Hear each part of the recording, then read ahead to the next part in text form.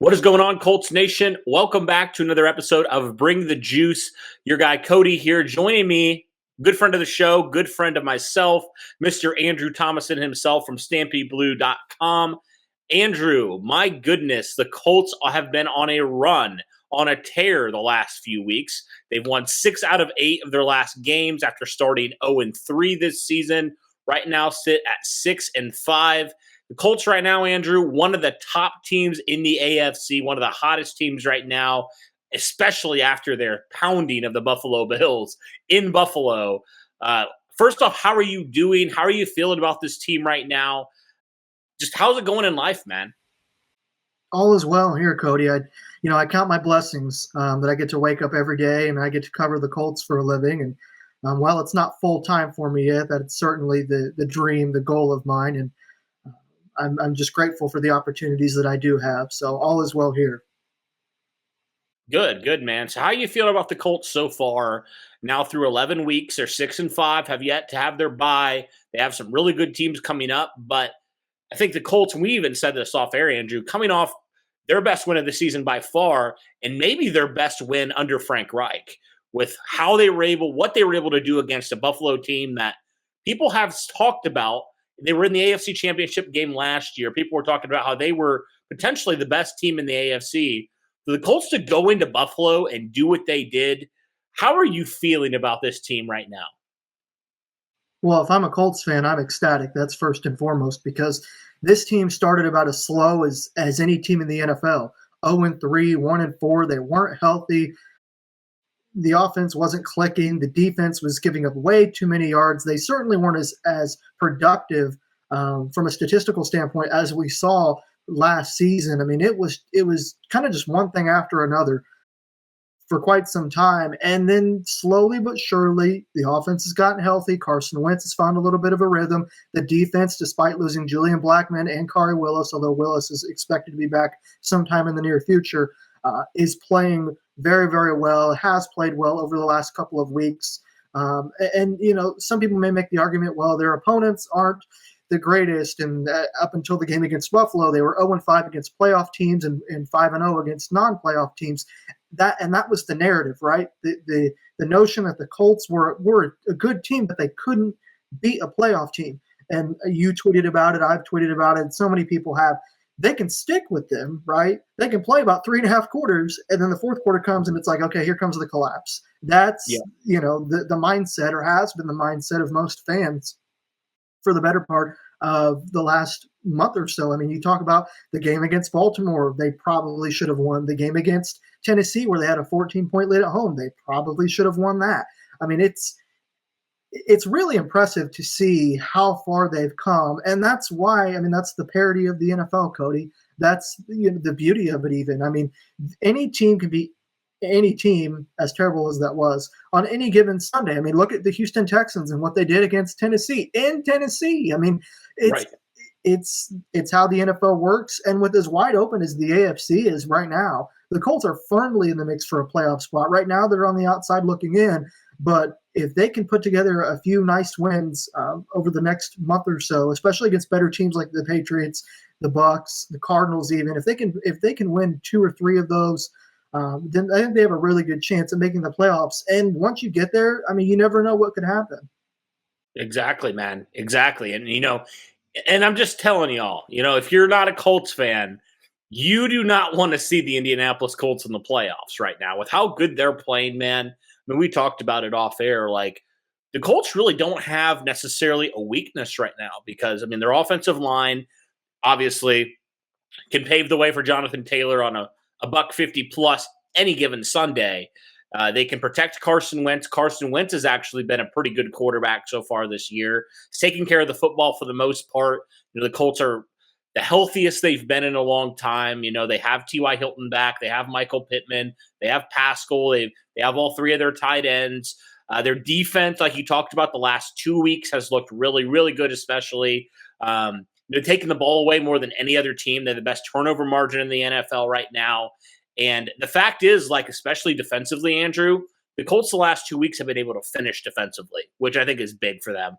Because you even saw in that Thursday night game against not even Mike White, against Josh Johnson. The Colts defense started to really not look good in that fourth quarter and beyond. And the fact that they were able to respond the last 2 weeks the way they have. Yeah, I know it was against Trevor Lawrence, who isn't necessarily like spectacular right now, but the fact they were able to do that against him, finish that game when it mattered, do the same against Buffalo, hold Josh Allen to really nothing.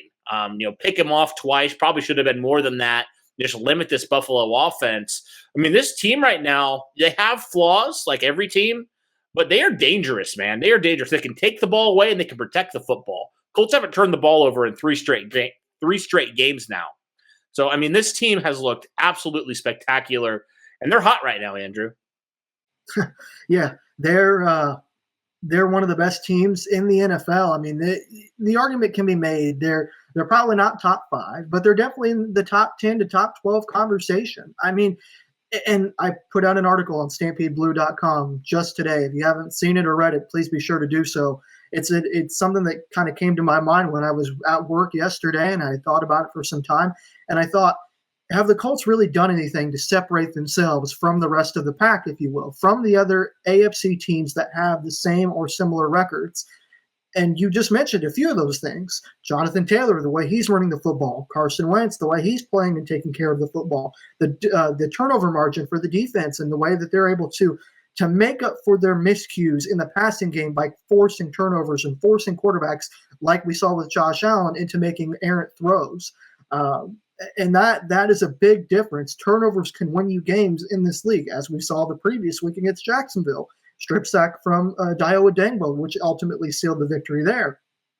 And they're just one of the teams that you don't want to see. They're Jonathan Taylor, like you said, can rush for 150 plus yards. Really, it appears to be on any given Sunday. Carson Wentz is playing phenomenal. And honestly, I think he's not getting enough credit. I don't want to sit here and suggest that he's a front runner for the MVP, but if you compare his numbers through 11 weeks to Phillip Rivers' numbers through 11 weeks last year, vastly, vastly different. Now, they're different because they're different style type quarterbacks, right? Phillip Rivers obviously isn't going to take off and run like we saw Carson Wentz do on Sunday. However, he's taking better care of the football. He's got 18 touchdowns to 3 interceptions. And if you take out the really just mind-boggling interceptions against Tennessee a few weeks ago, he's got 15 touchdowns to 1 pick on the season. I mean, he is playing well enough and not putting his team in harm's way. And that's really all you can ask of Carson Wentz. And that's something that I think a lot of people have highlighted, when the Colts made the trade for him, that all he had to really come in and do, because he had a guy like Jonathan Taylor, he had one of the better offensive lines in the league. Has, I should say, one of the better offensive lines in the league. One of the better defenses, at least we thought, in the league. And he would have to come in and put up maybe similar numbers to Phillip Rivers, and the Colts would be fine. Well, like I said, turns out he's playing much better than that, and the Colts are certainly benefiting from it. And, yeah, this team they're on the rise for sure. I want to see a few more games. I want to see them do, this similar thing, maybe against a Tampa Bay or a New England or an Arizona, before I'm truly convinced that they're one of the best teams, top 5 in the league. But as of right now, as it currently stands, as of today, they're a team, like you said, and like I've said, that nobody wants to see right now. Absolutely not. And you mentioned Carson Wentz. I just wanted to touch on that point because, the last 3 weeks he hasn't necessarily had to go really do a whole lot because Jonathan Taylor has really been going off. You think about the Jets game, Jonathan Taylor, it was just him, just give the ball to him. Carson Wentz didn't have to do a lot. So the stats haven't necessarily reflected how good Carson Wentz has been, especially the last 3 weeks. A lot of people just point that out. And a lot of people, I think, just read stats off and don't really take into mind the context, I guess, of those 3 games. But yeah, I think Carson has done exactly what he's needed to do. He hasn't turned the ball over. He hasn't really had to go play hero ball at all the last couple of weeks. But I think the good thing about Carson Wentz, though, Andrew, is the fact that he can go do that, right? He can go out and win you football games. Like, you think of the Baltimore game, for example. Like, I know the Colts lost that because of their defense, but Carson Wentz can go throw 400 yards if he needs to, right? He can go do those things that you need him to do. And so, for me, man, I just kind of look at it like, the Colts can beat you any way they want to. You think, obviously, the running game it can't compare. It's one of the best in the league, probably the best in the league right now, with the best back in the league right now. But they actually have a really good passing offense too. Carson Wentz has been sneakily really good this year, and it's been overshadowed obviously because of Jonathan Taylor's success. But I mean, this Colts offense is definitely not one dimensional. They can beat you in all different aspects. Oh yeah, and if I may go back to talking about Carson Wentz for a second, he's made two really, really important plays over the last 2 weeks. The third down throw to Michael Pittman Jr. last week versus Jacksonville extended the drive, allowed the Colts to add another field goal, and ultimately put the Jaguars in a position to have to put the ball into the end zone, to have to score a touchdown, rather than the score being 20-17 and Jacksonville having to drive and potentially kick a game-tying field goal, and then the game goes into overtime. Big, big, big difference. And then Sunday against Buffalo, 3rd and 10 plus, I think it was. Carson Wentz was dead to rights. Mario Addison, it looked like he had him in his grasp and he was going to go down. And then Carson Wentz pulled a Houdini and scrambled for a first down, which kept the drive alive and also allowed the Colts to kick another field goal and turn their lead from a 7-point lead into a 10-point lead. And the Buffalo Bills fumbled on the next kickoff, and the Colts ended up going up 24-7. But my point being is that those are just two plays that I really don't think he gets enough credit for, because let's just go back to what I said about the Bills game. Just for the sake of argument, the Colts don't convert there, right? The Bills just scored on their previous possession, and now you're kicking or you're punting the football back to Buffalo and giving them an opportunity to go down the field and tie the game at 14. And we could be having a completely different conversation, Cody. And those are the kinds of plays that Carson Wentz can make. That is the experience of Carson Wentz, the up and downs, if you will. You take the good when he's excellent, and you take the bad when he's terrible, because we've seen both sides of the spectrum. But that is who he is. That is his nature, and he can ball now. He is not a scrub, and he is by no means in any way, shape, or form, from what I've seen at least, and from what many other analysts have seen, broken. He is.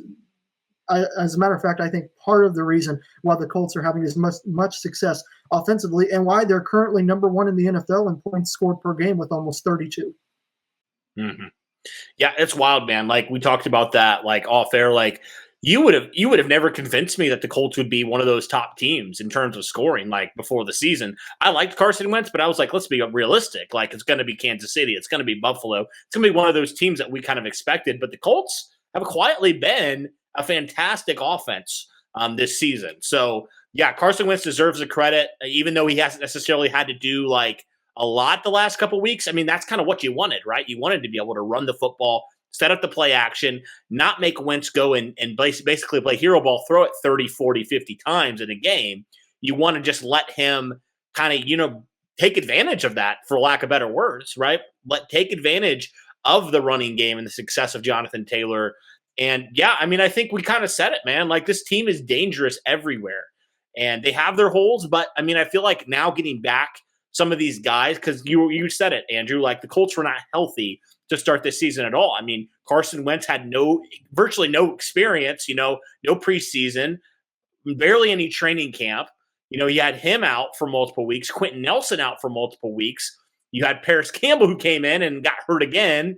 So it just seems like the Colts have had a lot of injuries to start the season, but now they're finally getting healthy, the healthiest they've been at any point in 2021. And that's huge. I mean, that is, you look at some of these other teams that have lost, just it's ridiculous amount of players. The Baltimore Ravens barely edged the Chicago Bears, and I'm not trying to discredit Hundley, I think is his last name, in what they've done over the season. They're 7-3 for a reason. They've gotten it done when it matters, but they've also not really been as exceptional on defense that I think we're used to the Baltimore Ravens being, and that's in part because of injuries. And it's so cliche, but it's always, especially with the Colts and Frank Reich and Chris Ballard and Jim Irsay, the next man up mentality, right? The next guy to come in and step up and take the place of whomever is out. You look at Chris Reed has done a phenomenal job filling in for Quentin Nelson while he was out. George Odom made some exceptional plays at safety in place of Julian Blackmon. I mean, there, so many other Yeah, and Matt Pryor. Matt Pryor, I think, is another name that needs to be thrown in there because Oh Braden yeah. Smith was out for, I think, 5 or 6 games. And Matt Pryor, who the Colts traded for, a former sixth-round pick of the Philadelphia Eagles, came in and filled in quite well. So, I mean, that speaks to just partially why the Colts are having as much success as they are, why they're currently 6-5. And the other thing too, I see a lot of people, maybe even fans, through social media and whatnot, say, well, the Colts have only beaten this team and this team and this team and this team, and the winning in the NFL is hard. I don't care who you're playing against. I mean, like I referenced earlier, the Titans game and the Texans game, the Chargers game and the Steelers game that last Sunday night that went back and forth. Winning in the NFL does not come easy. We've seen the Tampa Bay Buccaneers drop a few games. I mean, and they won the Super Bowl last year. I mean, that is, like I said, the parity and the beauty of the NFL. And the Colts obviously don't make their schedule. Yes, they got off to a rough start. Yes, they were injured in a lot of key places. All of these things that we've talked about, right? But now they've finally kind of figured out who they are. They have an offensive identity. Their defense is playing much better, and they have the best player in the NFL right now in Jonathan Taylor. Yeah, absolutely, absolutely. Yeah, this team, man, they're talented, they're deep, they have depth, which I think is huge, and it's shown like the past couple of weeks with some guys going down and guys filling in, like you mentioned, some of those guys, and yeah, I mean, I think this team has everything you're looking for to make a deep playoff run. I think they can stay healthy and they can continue with building off of this confidence. Like, I really hope that just finally getting over that hump, if you will, of the Colts can't beat a good team. I mean, they hadn't so far. The fact that they were able to do that on Sunday, hopefully now that goes a long way for their confidence, because you're going to have to play and beat a lot of very good football teams in order to get into the playoffs and potentially push for a wild card spot. But man, anything can happen in the NFL, but you can't look ahead to the playoffs at this point. It's just got to be that 1-0 mentality every single week. And like, if the Colts can do that, man, they have as good a shot as anybody in the AFC to potentially represent them in the Super Bowl this year. Yeah, I mean, and the one other thing I will say that the Colts have an advantage of that I haven't seen really from any of the other AFC teams is, well, I mean, what Jonathan Taylor did on Sunday. The ability to run the football, and not just run the football, Cody, but let's talk about the weather conditions for just a quick second.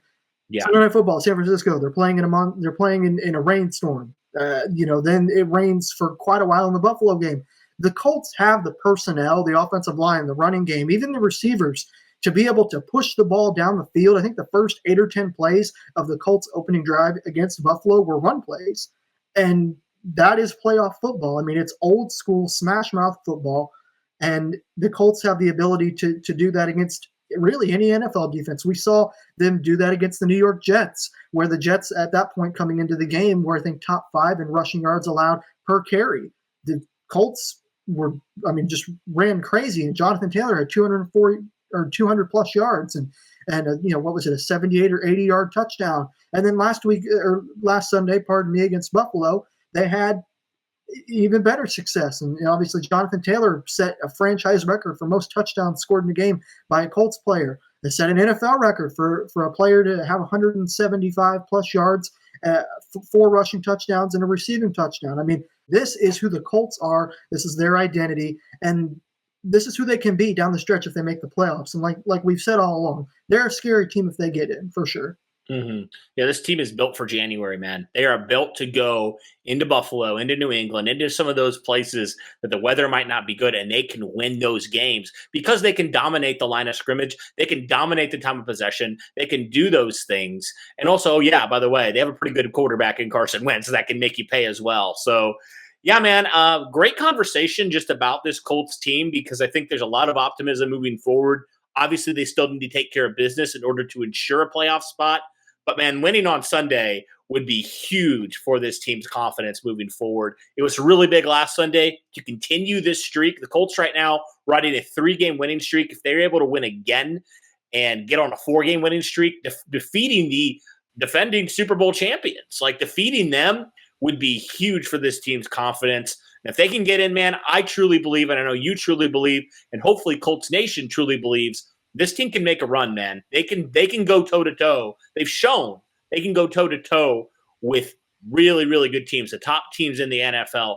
Now, if they can just continue to finish, they can beat anybody. All right, that'll do it for this one, guys.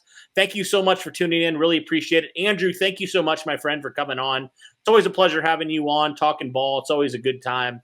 But that'll do it for this one, guys. Thank you so much for all your support. Thank you for over 9K subscribers. Really appreciate it. And as always, go Colts.